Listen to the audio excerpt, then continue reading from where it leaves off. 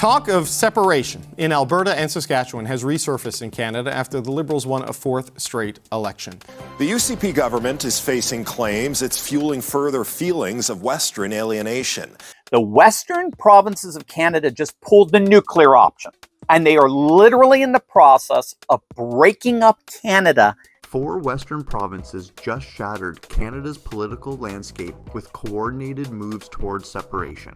The numbers are staggering, and Ottawa's pretending it's not happening. What you're about to discover will change how you view this country forever. A large and growing number of Albertans that have lost hope in Alberta having a free and prosperous future as a part of Canada. New legislation from the province would simplify the process for those conversations to take place through a referendum. On July 4th, 2025, the Alberta Prosperity Project began collecting signatures for a potential referendum on the issue, while Smith announced that the province would hold a referendum on separation in 2026 if enough Albertans demanded one. When Alberta's churning out 14% of Canada's entire GDP with just 11% of the population, you'd think Ottawa might throw them a bone. Instead, they're being handed a bill for $20 billion more than they'll ever see back. The bill is designed to allow Albertans to bring questions of any nature before other Albertans for contemplation. But here's what's really wild about this whole situation. We're not talking about some fringe Facebook group anymore. The Alberta Prosperity Project has morphed into a 66,000 member machine,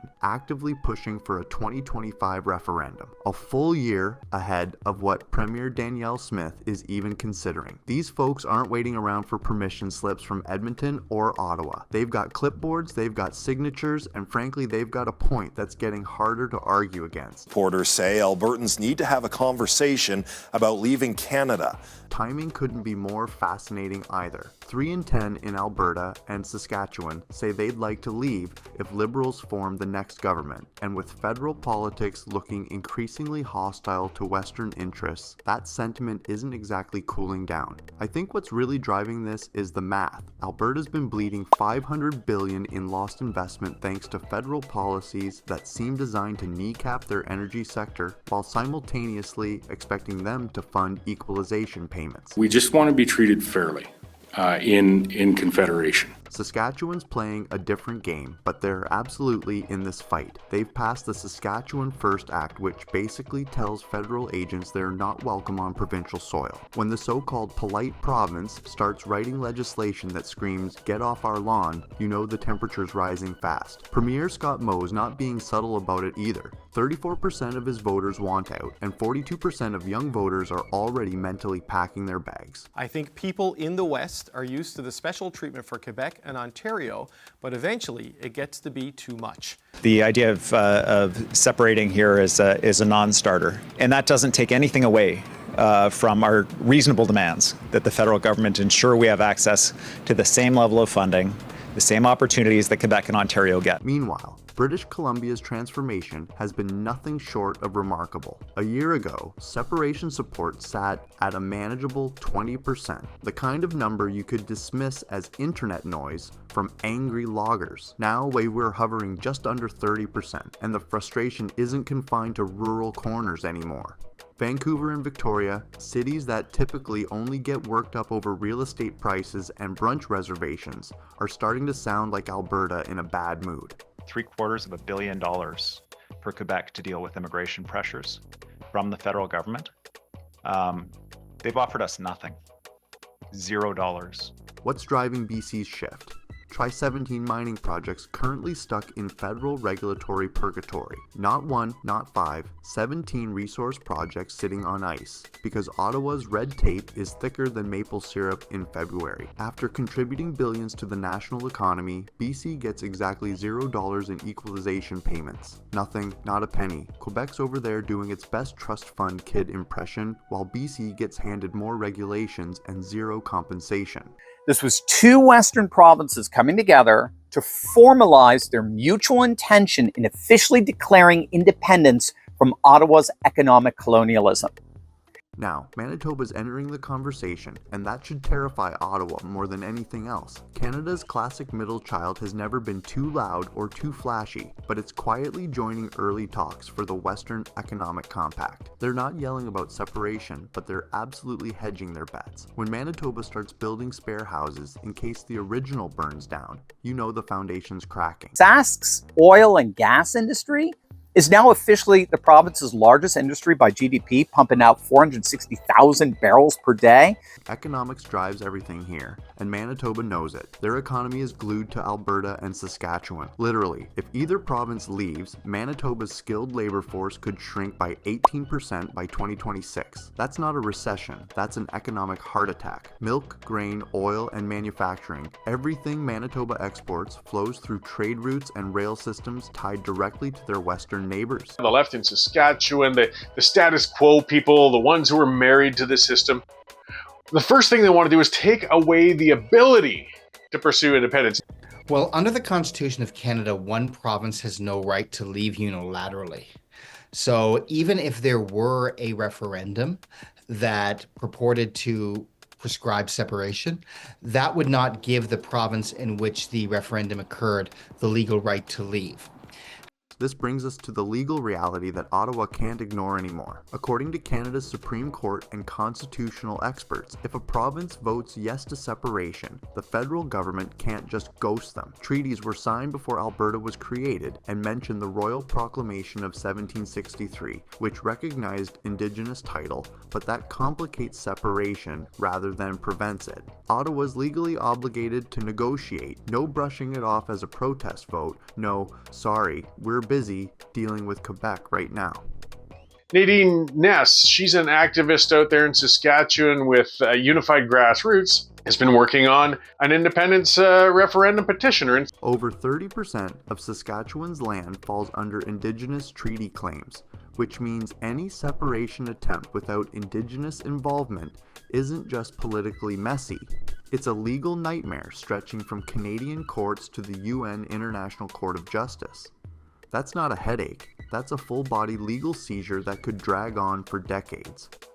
Before moving forward, if you're finding this breakdown eye-opening, smash that like button and subscribe to the channel to not miss any future updates on this story. Here's where the Western Economic Compact becomes more than theoretical. The provinces are already planning resource sharing, interprovincial trade, and operations without federal middlemen. This isn't rebellion, it's Plan B built from years of watching Plan A fail repeatedly. The inaugural Western Canada Economic Forum was held in January 2024 at the Petroleum Club, Calgary, Alberta, proving these discussions have moved from coffee shops to boardrooms. Manning says the question of separation needs to be asked. Secession to create an independent country, secession to form a country that would seek a closer union with the United States. What's particularly frustrating is Ottawa's response to all this. Instead of addressing legitimate concerns about equalization formulas and regulatory overreach, federal leadership seems determined to double down on ESG policies and climate optics over economic reality, while politicians tour around talking about values and green futures. Western provinces are bleeding jobs, losing industry, and wondering if they're a part of the same country anymore. Alone contributes 14% to Canada's total GDP, but they're only 11% of the population, which means they end up sending $20 billion more to Ottawa than they receive back every single year. The numbers don't lie about Western alienation. Alberta's lost $250 billion more to Ottawa than it's ever gotten back. That's like loaning your car to someone who crashes it, blames you, then drives off with your second car too. Saskatchewan's watching the same pattern. BC's getting fed up with being ignored, and even Manitoba's checking the exit signs. History is happening in the West. It's happening in Canada. But separation isn't inevitable, and I think that's what makes this moment so critical. Companies would leave Alberta, as we've seen with Quebec following threats of separation, which would fundamentally change the fiscal landscape. The threat alone is causing uncertainty that nobody wants, including the provinces themselves.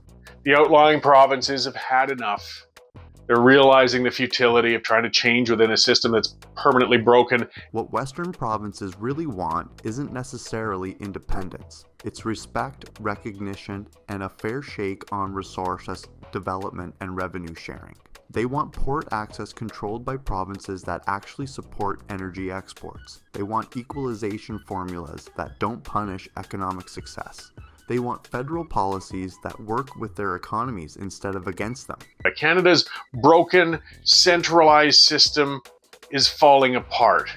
The tragedy is that Canada is splitting apart in real time over issues that could be solved with basic respect for provincial jurisdiction and economic reality. When 33% of Albertans, 34% of Saskatchewanians, and 30% of British Columbians support separation, that's not fringe politics. That's a warning siren that Ottawa keeps hitting the snooze button on. Now, you brought up Quebec. Of course, this is not the first time we've discussed separation in this country. I think we're witnessing the most serious challenge to Canadian Confederation since Quebec's sovereignty movement. But this time, it's not one province, it's half the country. The Western provinces aren't just threatening to leave anymore. They're actively building the infrastructure to function without Ottawa if necessary. If our concerns are not addressed, or we feel as though they have been not addressed, then we're willing to explore separation. It's kind of raising the stakes. Reality check time. The economic powerhouse of Western Canada is already functioning like a separate entity in many ways. Western Canada contributes nearly 38% of Canada's real gross domestic product, with a GDP per capita that's 18% higher than the national average. When you break down the numbers, we're looking at a combined Western economy worth over $900 billion annually. That's larger than most G20 nations. Saskatchewan and even British Columbia just made history by formally coordinating their separation strategy from the rest of Canada. What's happening behind closed doors is even more telling. The New West Partnership Trade Agreement already creates Canada's largest barrier-free interprovincial market between British Columbia, Alberta, Saskatchewan, and Manitoba. Recent research shows this partnership has reduced interprovincial trade costs by 2.3%, proving these provinces don't need Ottawa to trade efficiently with each other. July 2025 brought another bombshell that barely made national headlines. Saskatchewan, Ontario, and Alberta signed agreements to advance pipelines, critical minerals, and energy export infrastructure, strengthening interprovincial trade through shared infrastructure development and coordinated market strategies. Ontario's suddenly playing nice with the West because they recognize where the economic power really lies. I mean, if you look at some of the accommodations that Quebec has received over the years, it's quite clear that our confederation can accommodate regional difference. If Western separation actually happened, Canada would lose roughly 40% of its GDP overnight. The remaining confederation would be left with Quebec's constant demands, Ontario's manufacturing sector, and the maritime provinces' chronic dependence on federal transfers. That's not a sustainable country. That's an economic basket case waiting to implode. Ottawa tries to artificially cap their production, which could end up reducing production by 20 to 30%. The domino effect would be catastrophic for what remains of Canada. Without Alberta's energy revenues, Saskatchewan's resources, and BC's trade ports, the federal government would face a fiscal crisis that makes current deficits look like pocket change. Quebec would lose its largest source of equalization funding, and the maritime provinces would be left completely dependent on a broken federal treasury. They should take the underlying message about a lack of fairness more seriously.